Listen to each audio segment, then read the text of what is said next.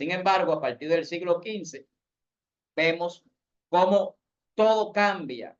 Termina esa edad oscura, ese periodo de la Edad Media, ese periodo de la iglesia que tenía secuestradas las escrituras y empieza la palabra a propagarse.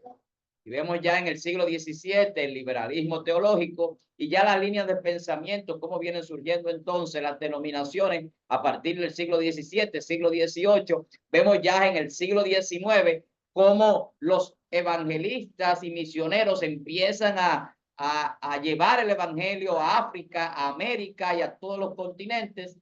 El creyente tiene que procurar el alimento, tiene que procurar la palabra. La Biblia dice, no solo de pan vive el hombre, sino de toda palabra que sale de la boca de Dios. Tenemos que procurar alimentarnos del alimento correcto, que los nutrientes espirituales puedan fortalecer nuestra alma y nuestro ser y podamos vivir y manifestar el poder de Dios aquí en la tierra. Es tiempo de que abramos los ojos espirituales. Los que tienen los ojos espirituales cerrados, le hace falta conocer las Sagradas Escrituras. Cuando conocemos la palabra, nosotros crecemos, pero nuestros ojos espirituales se abre nuestro entendimiento, nuestra comprensión, nuestro conocimiento. Adquirimos inteligencia espiritual y nos volvemos sabios. Y esa sabiduría nos lleva a nosotros a poder tener una vida agradable delante de Dios, pero una vida fructífera a nivel humano.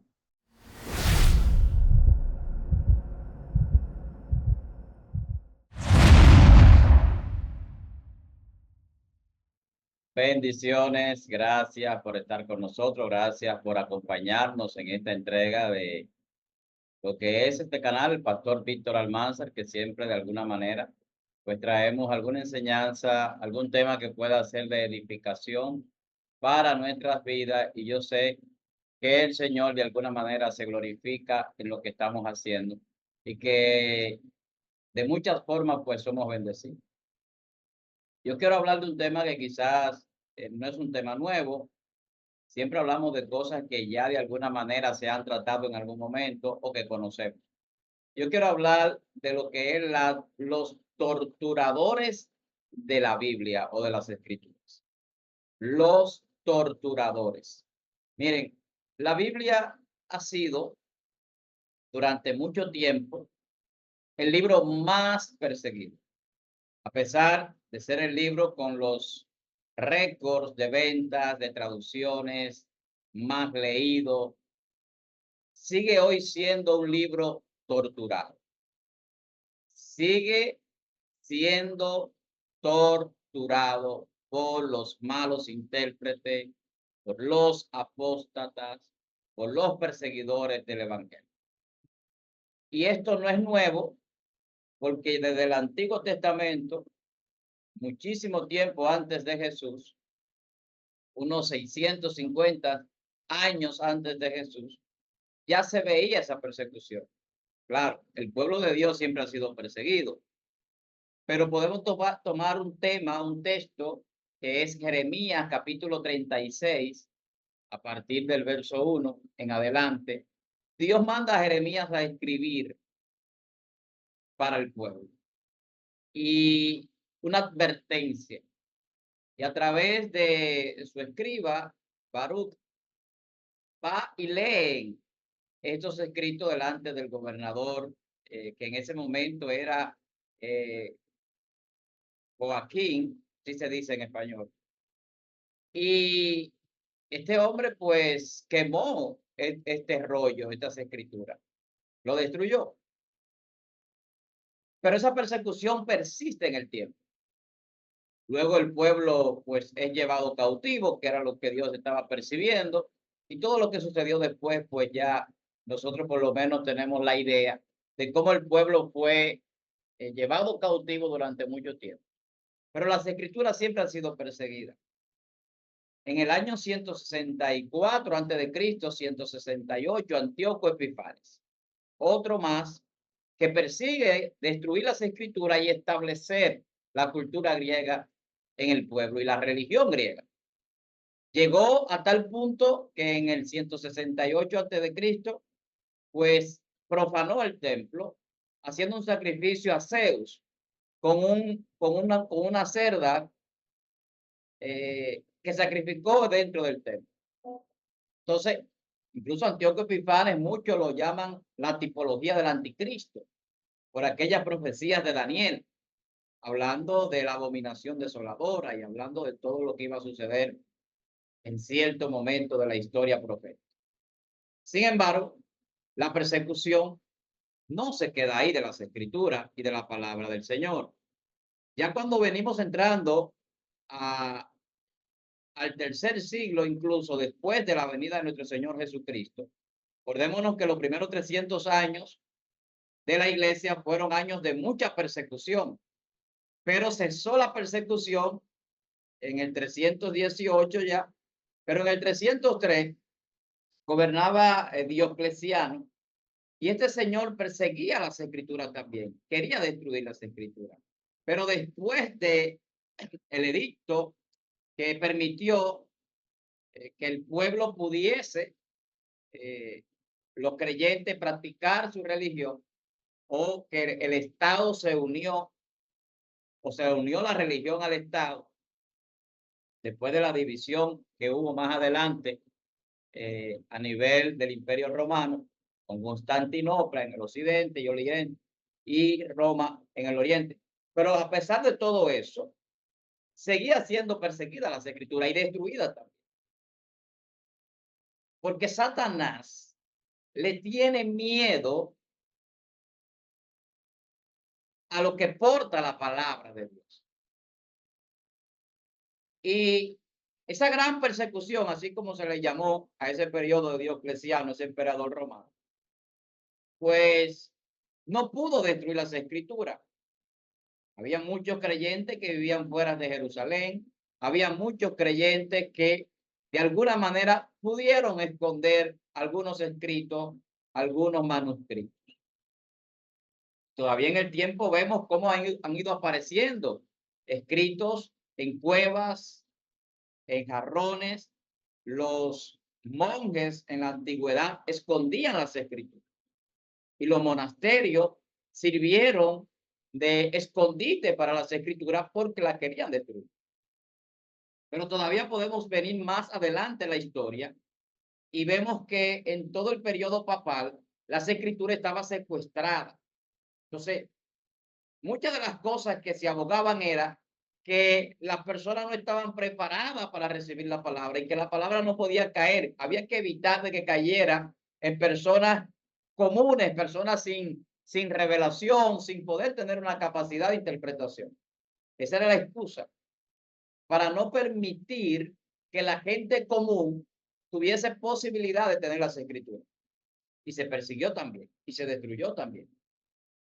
Pero a partir del 1517, ya cuando se abre el protestantismo ya de una manera amplia, que empezó en el siglo XIV, pero que con Martín Lutero fue que se desbordó, pues entonces empiezan las traducciones. Y vemos que empieza con la traducción al alemán, al inglés, y de ahí en adelante las escrituras se expanden, empiezan a caminar y a traficarse por el mundo. Mucho antes de esto, la gente no podía comprar las escrituras, no podía comprar la Biblia, porque era muy costosa, costaba el salario de todo un año de un jornalero común, de una persona común. Imagínese usted lo difícil que era adquirir las escrituras.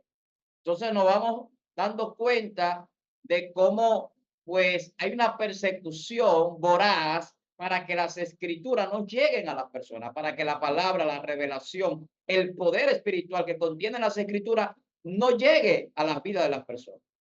Sin embargo, a partir del siglo XV, vemos cómo todo cambia.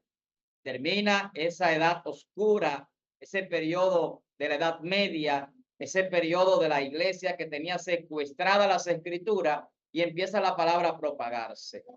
Y vemos ya en el siglo XVII el liberalismo teológico y ya las líneas de pensamiento, cómo vienen surgiendo entonces las denominaciones a partir del siglo XVII, siglo XVIII. Vemos ya en el siglo XIX cómo los evangelistas y misioneros empiezan a llevar el evangelio a África, a América y a todos los continentes, y ya sale de Europa, sale de Medio Oriente y las escrituras llegan hasta nosotros. Entonces, El propósito de Dios es que nosotros recibamos el mensaje del evangelio, el contenido espiritual, la palabra revelada, el mensaje del rey. El propósito de Satanás o el despropósito, que es la palabra correcta, es que el evangelio no se propague, que la palabra no llegue a la vida, tratar de detenerlo, perseguir al que predica, destruir los escritos o tratar de hacer. Pero no puede destruir la palabra de Dios. No hay forma de que eso pudiese haber sido hecho. Muchos abogan de que las escrituras son escritas por hombres, que es un libro común de sabiduría como cualquier otro, como lo hay en otras culturas, y son otros torturadores modernos de las escrituras. Los apóstatas del día de hoy, aquellas doctrinas de demonios que se enseñan en el día de hoy, aquellos que están falseando las escrituras con enseñanzas heréticas, hoy son torturadores modernos de las Sagradas Escrituras. Y hoy tenemos torturadores de las Escrituras. Usted escucha gente con diferentes líneas de pensamiento sobre un mismo tema. Y ahí viene la discusión por las traducciones, por cómo fulano lo interpreta, que en tal denominación la interpretan de una manera, en aquella línea de pensamiento religioso se interpreta de otra manera. Y seguimos o siguen muchos torturando las escrituras. La revelación bíblica está muy clara cuando se lee con la humildad necesaria y con el Espíritu de Dios en nuestras vidas. Con la disposición de obedecer y no de establecer mi conocimiento o mis conceptos. El precepto divino está en las Escrituras. El propósito de Dios, el plan perfecto, el pensamiento de Dios revelado al hombre, el diseño de la creación y de nosotros mismos, la revelación de nuestra identidad, las profecías futuras todavía pendientes de cumplimiento, están reveladas en las Escrituras. ¿Y qué hace la Biblia veraz? Más del 30% de la escritura bíblica es profética. Más del 20% de esas profecías se han cumplido. Jesucristo, ¿dónde encontramos lo referente a lo que hizo nuestro maestro?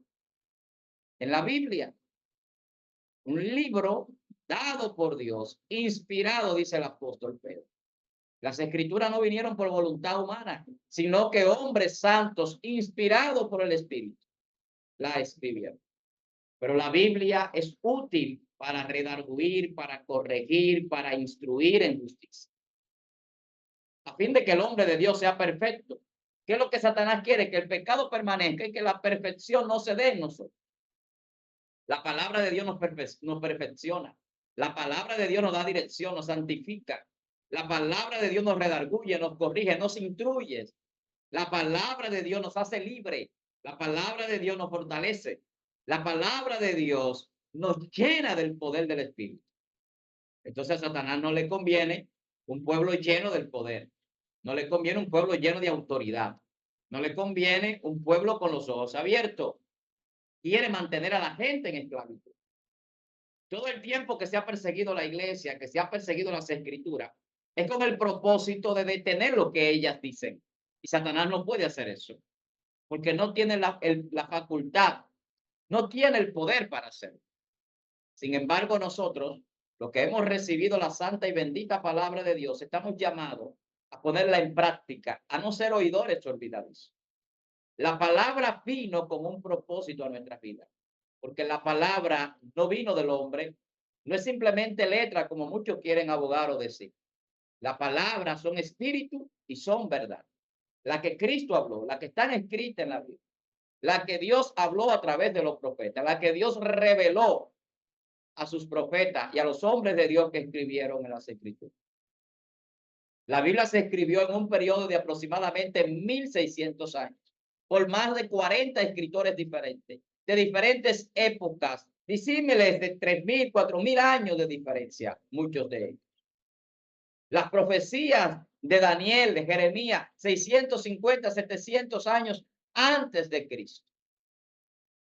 Las profecías de Isaías, casi 1000 años antes de Cristo, definiendo detalladamente lo que sería el Mesías y todo lo que sucedería con él. Las profecías están ahí.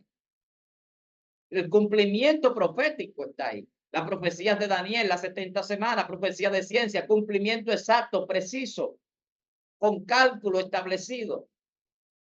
Cada cosa que la Biblia establece es verdad y es espíritu. Es la palabra de Dios. ¿Qué está rigiendo el mundo? La mentira. ¿Cuáles son los que torturan las escrituras? Los mentirosos. ¿Cuáles son los que torturan las escrituras? Los que son guiados por el espíritu del diablo. ¿Cuáles son los que torturan las escrituras? Los apóstatas, que en un momento conocieron la verdad y ahora la niegan, que cayeron de la fe y que se apartaron del camino. Gente manipuladores, engañadores, falsos maestros, falsos profetas, falsos ungidos, enseñando cosas que la Biblia no dice. Y hoy vemos evangelios que no existen bíblicamente, aunque la Biblia haga referencia a algunos puntos que se tratan. La Biblia habla de prosperidad. La Biblia habla del evangelio del reino. La Biblia motiva al hombre a hacer las cosas, a trabajar, a realizar y a hacer cosas diferentes. Pero la Biblia no es un libro de motivación. La Biblia no es un libro simplemente de negocio o de prosperidad económica. La Biblia no es un libro de riqueza o ostentosidad. El reino de los cielos no se muestra por la riqueza solamente. El evangelio no se muestra solamente por la prosperidad económica. La Biblia habla de la prosperidad del alma. La Biblia habla de la sencillez y la pobreza de espíritu. La Biblia habla de la humildad y del amor al prójimo. La Biblia habla del servicio.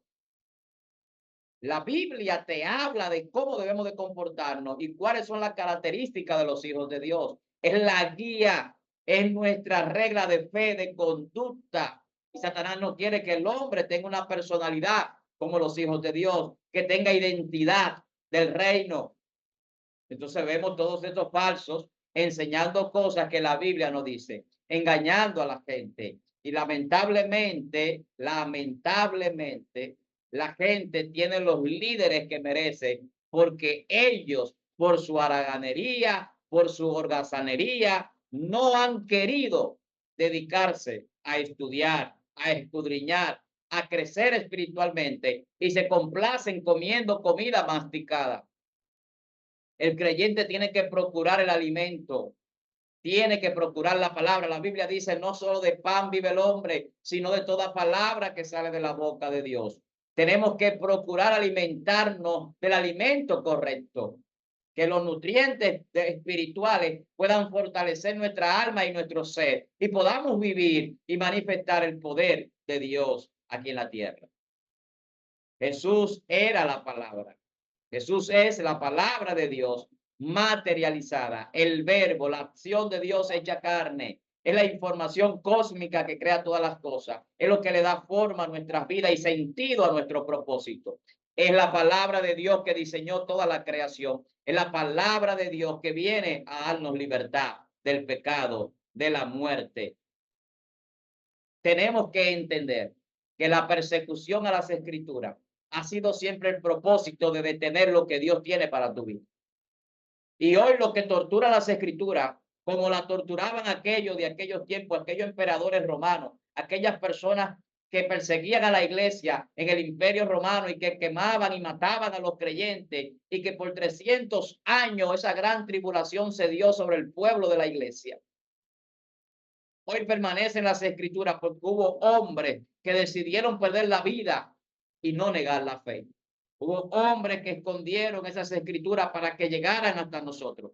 Hubo hombres que arriesgaron su vida traduciendo las escrituras y que hoy las tenemos en nuestro idioma o por lo menos en un idioma que lo entendemos. Independientemente de que muchos quieran hacer alusión a errores de traducción, tenemos el contenido necesario para nuestra salvación. La Biblia es inerrante. El contenido bíblico no tiene ningún error. Los copistas pueden cometer errores. No existe la Biblia original. Tenemos copias de los originales, pero las copias que tenemos nos dicen que vino un Señor, un Salvador, que es el Hijo de Dios, que es el Verbo, la palabra que se hizo carne y habitó entre nosotros y nos trajo la salvación. Y nos dio a nosotros un poder, una potestad delegada para hacer proezas y para vivir la vida espiritual que Dios quiere a imagen de los hijos de Dios. Hay una transformación futura y la palabra tiene la revelación. La palabra trae la revelación de Dios y el poder de Dios para hablarnos nuestras vidas. Es tiempo de que abramos los ojos espirituales. Los que tienen los ojos espirituales cerrados, le hace falta conocer las Sagradas Escrituras. Cuando conocemos la palabra, nosotros crecemos, pero nuestros ojos espirituales se abre nuestro entendimiento, nuestra comprensión, nuestro conocimiento. Adquirimos inteligencia espiritual y nos volvemos sabios. Y esa sabiduría nos lleva a nosotros a poder tener una vida agradable delante de Dios, pero una vida fructífera a nivel humano. Los torturadores de la palabra. Hoy se quiere distorsionar lo que las escrituras dicen. Se quiere torcer lo que las escrituras dicen. Pero estamos aquí para defender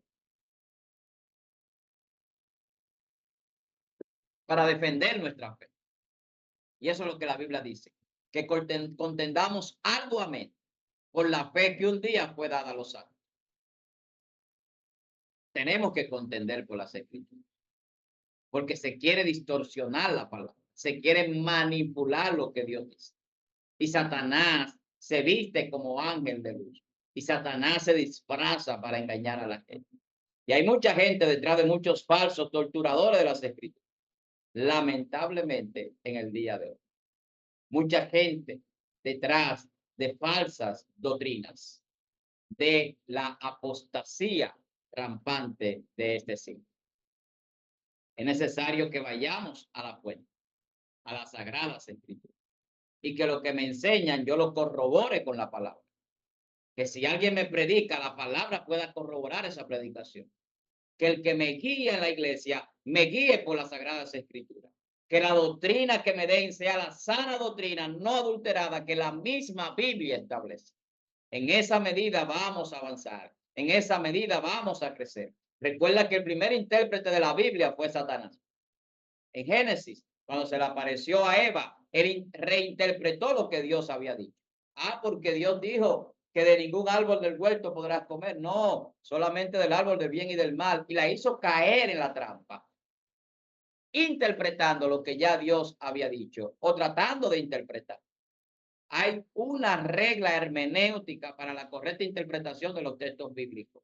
La regla fundamental de esta ciencia, que es la que se aplica para interpretar correctamente los textos sagrados, dice la regla fundamental: la Biblia es su propio intérprete.